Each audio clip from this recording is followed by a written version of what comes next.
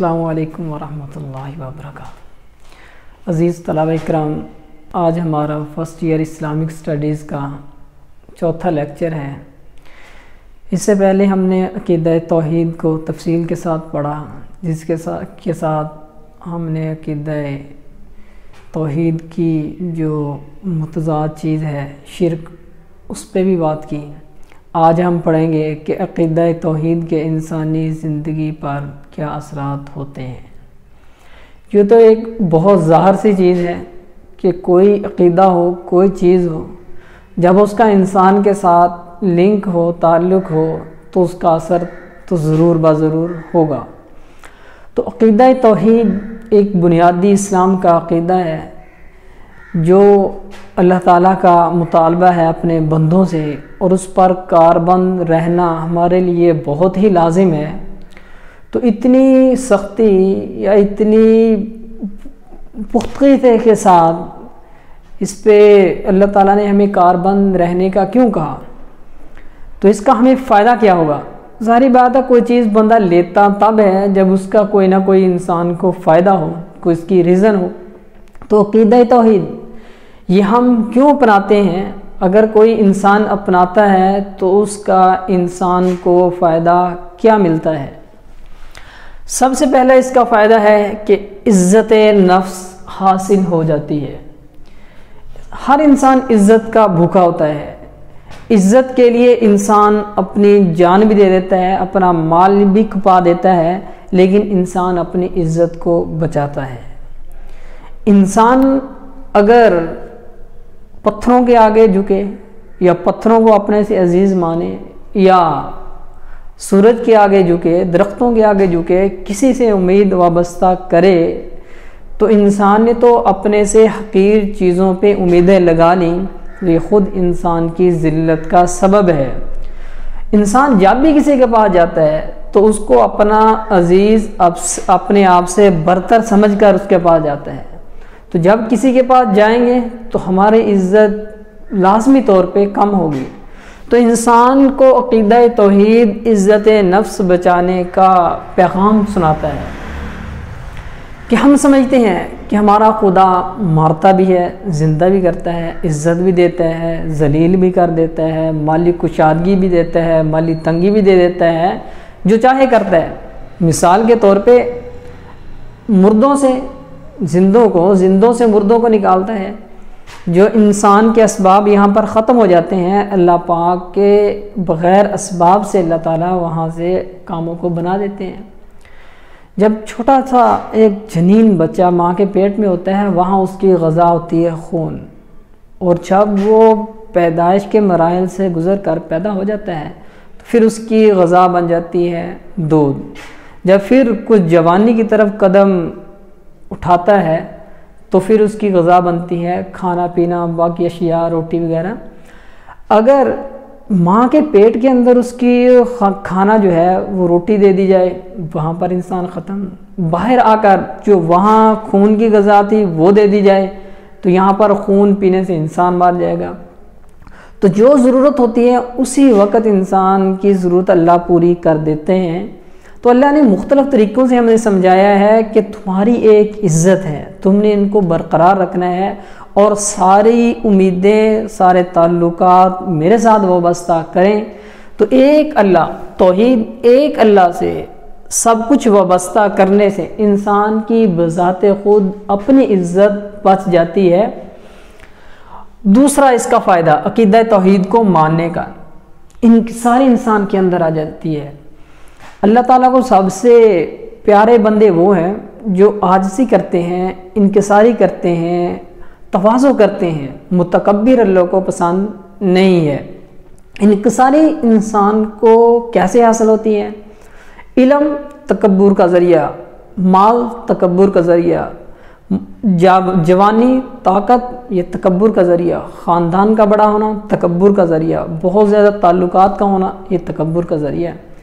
اتنی چیزیں اگر اکٹھی ہو جائیں تو انسان اپنے آپ کو کچھ سمجھتا ہے، میں بھی کچھ ہوں۔ تو میں بھی کچھ ہوں یہ ایک تکبر کی بو ہے۔ اللہ تعالیٰ کی ذات کے لیے یہ ایک چیز لازم ہے کہ اللہ متکبر ہیں اور تکبر اللہ کو ہی پسند ہے، تو انسان اپنے اندر تکبر سے عاجزی کیسے لائے گا؟ تو لائیں گے اس لیے کہ دیا اللہ نے ہے، لے بھی اللہ سکتا ہے، طاقت اللہ کے پاس ہے، چھین بھی طاقت کو اللہ سکتا ہے۔ جو حیثیت ہماری اس وقت ہے، علم ہے، ہماری صلاحیت ہے، ہمارے پاس نالج ہے، ہمارا دماغ ہے، ہمارے پاس مال ہے، خاندان ہے، تو اتنی قوی چیزیں ہمارے پاس اگر ہیں تو دینے والا اللہ ہے، تو اگر اللہ چاہے تو ان چیزوں کو ہم سے لے بھی سکتا ہے۔ تو یہ خیال ہمیں اللہ کے آگے جھکا دیتا ہے اور انسان سمجھتا ہے یہ میرا نہیں۔ جب میرا نہیں خیال آتا ہے تو انسان کے اندر سے تکبر نکل جاتا ہے۔ مثال کے طور پہ کوئی بندہ کاروبار کرتا ہے، کاروبار کے اندر شام کو اس کو 1,00,000 روپیہ نفع ہوا ایک دن میں، اسی وقت شام کو ایک بندے نے کہا کہ یہ بھائی لو 1 کروڑ روپیہ، 1 گھنٹے کے بعد فلاں صاحب آئیں گے ان کو دے دینا۔ تو آپ بتلائیں کہ اس بندے کو 1,00,000 کی زیادہ خوشی ہوگی یا 1 کروڑ کی زیادہ خوشی ہوگی؟ ظاہری بات ہے اس کو 1,00,000 کی زیادہ خوشی ہوگی، کیوں؟ وہ اس کا مالک ہے، وہ اس کی اس دن کی نفع ہے، اس دن کی کمائی ہے۔ کروڑ ہے تو بہت زیادہ اس سے، لیکن یہ اس کا ذاتی نہیں ہے، کسی کا ہے، امانت ہے، وہ اس سے لے لے گا۔ تو یہاں پر بھی جتنی صلاحیت انسان کو ملی ہے، جتنی اللہ پاک نے نعمتیں دی ہیں، علم کی ہو، صلاحیت ہو، دماغ ہو، پیسہ ہو، وہ اللہ نے دیا ہے، لیکن اللہ نے امانت دی ہے۔ امانت اللہ کسی وقت بھی لے سکتا ہے، دنیا میں بھی لے سکتا ہے، دنیا میں اگر نہ بھی لے، موت پہ تو اللہ تعالیٰ لے ہی لیتے ہیں۔ تو لہٰذا وحدانیت کے تصور سے انسان کے اندر عاجزی آ جاتی ہے، اور عاجزی کرنے والا اللہ کو محبوب ہے۔ تیسرا وعدہ عقیدہ توحید کا، انسان کے اندر وسعت نظر آ جاتی ہے۔ وسعت نظر کا مطلب کیا ہے؟ کہ انسان کی نظر وسیع ہو جاتی ہے۔ نظر وسیع کا مطلب یہ نہیں ہے کہ دیوار کے پیچھے وہ دیکھنا شروع کر دیتا ہے، کہ انسان کا حوصلہ ایک بڑھ جاتا ہے، بہت انسان کا دماغ وسیع ہو جاتا ہے۔ یہ وسعت نظر 2 طریقوں سے آتی ہے، ایک انسان کی اپنی ذاتی زندگی میں وسعت نظر آتی ہے، ایک اجتماعی دوسرے انسانوں کی حیثیت سے وسعت نظر آتی ہے۔ جب انسان سوچتا ہے مجھے بھی اللہ نے پیدا کیا، فلاں کو بھی اللہ نے پیدا کیا، پوری مخلوقات کو اللہ نے پیدا کیا، تو اگر مجھ پہ اللہ نے احسانات کیے ہیں، انعامات کیے ہیں، کسی طریقے سے کوئی فلاں بندہ تڑپ رہا ہے، پریشان ہے، تو ہم سمجھیں گے کہ وہ بھی اللہ کی مخلوق ہے، اللہ کا بندہ ہے، ہم اس کا احساس اپنے دل میں پیدا کریں گے اور اس کے ساتھ اس کے غم خواری کریں گے، اور اس کے جس طرح کا بھی ہم سے بن پڑا ہم تعاون کریں گے۔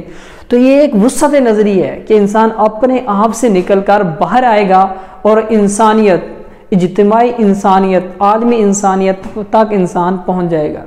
اور انسان اپنی ذات کے اندر وسیع نظر کیسے ہو جاتا ہے؟ کوئی بھی موقع ہو، انسان سوچتا ہے نہیں اس سے آگے بہت کچھ ہے، یہاں میں پریشان ہوں، اس سے آگے میرا رب نکال سکتا ہے، میرے پاس فلاں چیز نہیں ہے۔ انسان کی نظر بہت وسیع ہو جاتی ہے کہ اب اللہ مجھے مزید منازل اور ترقیاں دے سکتا ہے۔ تیسرا عقیدہ توحید کا فائدہ یہ ہوتا ہے کہ انسان کے اندر استقامت اور بہادری پیدا ہو جاتی ہے۔ استقامت اور بہادری یہ دونوں چیزیں لازم ملزوم ہیں۔ یہاں بہادری ہوگی وہاں استقامت بھی ساتھ ساتھ چلے گی، اور یہاں استقامت ہوگی یہ بہادری کو لے کر چلے گی۔ اب ایک بندہ ہے بہت کمزور ہے، جب کوئی بندہ کمزور ہو تو کمزور کو قوی کرنے کا ایک سبب یہ ہوتا ہے کہ اس کا تعلق قوی لوگوں کے ساتھ ہو جائے۔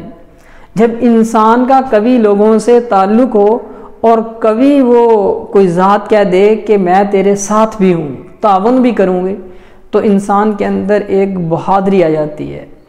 تو جب اللہ ہمارے قریب ہیں، شاہراگ سے بھی زیادہ قریب ہیں، تو انسان سمجھتا ہے اتنی طاقتور ذات ہمارے ساتھ ہے، اور اللہ کہتے ہیں فادعونی استجب لکم، مجھے پکارو میں تمہاری پکار سن لوں گا۔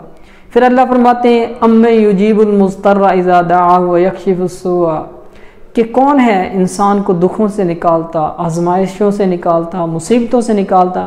اللہ کہتے ہیں میں ہی ہوں۔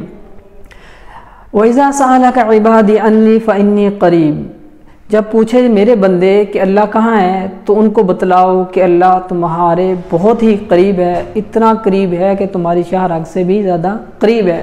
تو لہٰذا عقیدہ توحید سے پتہ چلا کہ اللہ ایک قوی ذات ہے اور قوی ذات ہمارے ساتھ ہے، تو لہٰذا ہمارے اندر بہادری پیدا ہوگی۔ جب بہادری پیدا ہوگی پھر ہمارا یہ بھی ایک نظریہ ہے کہ اللہ عدم سے وجود لاتا ہے، مردوں سے زندہ کر دیتا ہے۔ تو ہم اگر اس وقت خسارے میں جا رہے ہیں، ناکامی میں جا رہے ہیں، کسی مصیبت میں گرے ہوئے ہیں، تو ہمارے اندر ایک حوصلہ ہوگا، ایک ہمارے اندر امید ہوگی کہ اللہ یہاں سے ہمیں نکال لے گا۔ حضور پاک صلی اللہ علیہ وسلم ایک جہاد کے سفر سے واپس تشریف لائے، راستے میں سایہ تھا، وہاں پر بیٹھ گئے اور لیٹے، نیند آ گئی، کافر آیا، تلوار اٹھائی اور حضور صلی اللہ علیہ وسلم کو فرمایا تمہیں کون بچائے گا؟ حضور نے سیدھا فرمایا اللہ۔ تو یہ الفاظ کہنے تھے کہ تلوار ان کے ہاتھوں سے گر گئی۔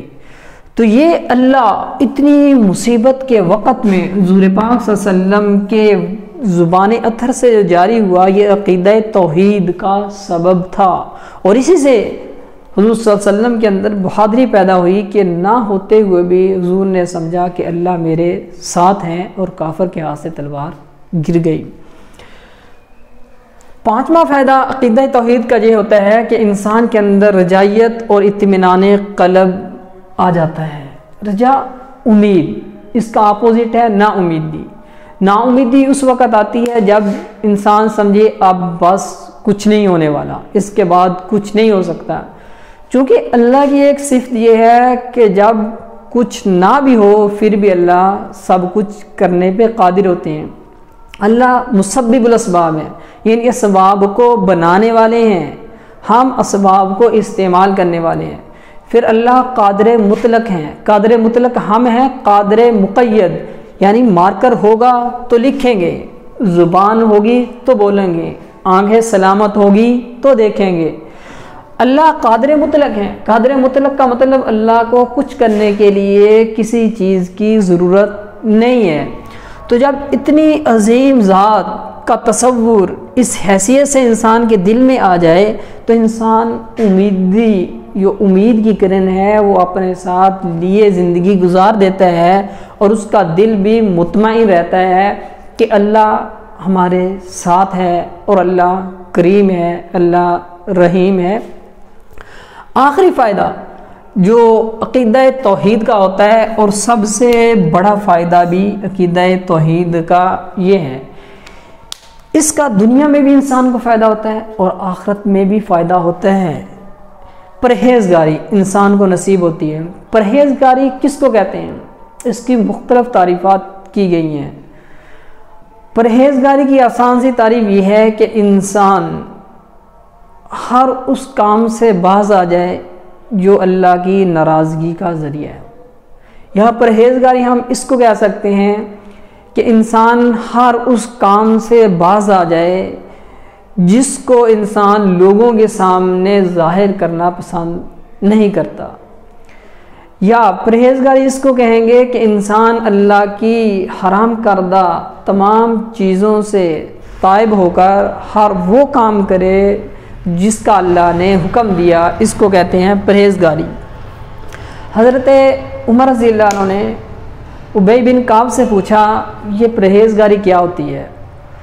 ابی بن کعب نے کہا کہ پرہیزگاری یہ ہوتی ہے کہ ایک بندہ کسی کھیت کے اندر جائے اور یہاں پر ایک پک ڈنڈی ہو، وہاں سے گزر رہا ہو، دونوں طرف جھاڑیاں ہوں اور صرف ایک پک ڈنڈی کی جگہ جو ہے وہ باقی ہو، تو کیسے گزرے گا؟ عمر رضی اللہ نے فرمایا کہ اپنے کپڑوں کو سمیٹ لے گا اور بہت توجہ سے آگے دیکھ دیکھ کر ادھر ادھر اپنی توجہ نہیں کرے گا، خیالات کو بھی منتشر نہیں کرے گا، گزر جائے گا۔ ابی بن کعب نے فرمایا کہ پرہیزگاری بھی یہی ہے، دنیا میں رہنا ہے، دنیا کی چیزوں کو استعمال کرنا ہے، دنیا میں جو کچھ ہے ان تمام سے انسان نے تعلق وابستہ کرنا ہے، لیکن اس میں اس راستے پہ چلنا ہے کہ جو علائشی ہیں، شیطانی چیزیں ہیں، گناہوں کے کام ہیں، ان کو اپنے وجود سے لگنے نہیں دینا، ایسے ہی زندگی گزار دینی ہے۔ تو جو اللہ تعالیٰ کے قریب ترین بندے ہیں وہ بھی پرہیزگار اور متقی ہی لوگ ہیں۔ اب پرہیزگاری یہ عقیدہ توحید سے کیسے نصیب ہو جاتی ہے؟ انسان اپنے وجود کے اندر، اپنے دماغ کے اندر یہ عقیدہ رکھتا ہے کہ اللہ سمندر کی تہوں، آسمان کی بلندی، ہر خشک اور تار کے اندر جو کچھ ہو رہا ہے اس کو جانتا ہے، سنتا ہے۔ حضرت سلیمان علیہ السلام کا لشکر جا رہا تھا تو وہاں پر ایک چیونٹی نے کہا کہ سلیمان علیہ السلام کا لشکر آ رہا ہے، تم اپنی بلوں میں داخل ہو جاؤ۔